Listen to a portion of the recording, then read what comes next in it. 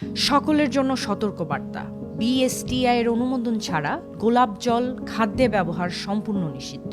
বাংলাদেশে নিরাপদ খাদ্য কর্তৃপক্ষ সম্প্রতি ঘোষণা করেছে, বাজারে পাওয়া যে কোনো ধরনের গোলাপ জল খাবারের জন্য উপযোগী নয়। গোলাপ জল এটা নিরাপদ খাদ্য কর্তৃপক্ষ এটিকে পরীক্ষা করেছে, পরীক্ষা করে এটিতে যে উপাদানটি পাওয়া গেছে সেটি খাবারের উপযোগী নয়।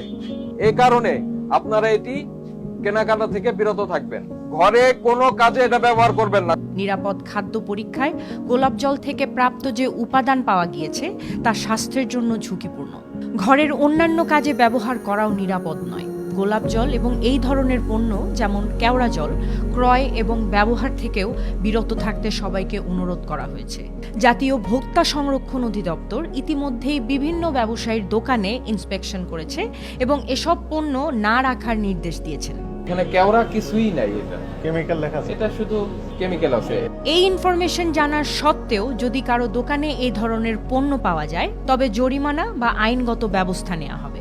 আপনার এবং পরিবারের সুরক্ষার জন্য সতর্ক থাকুন এবং নিশ্চিত করুন খাদ্য নিরাপত্তা।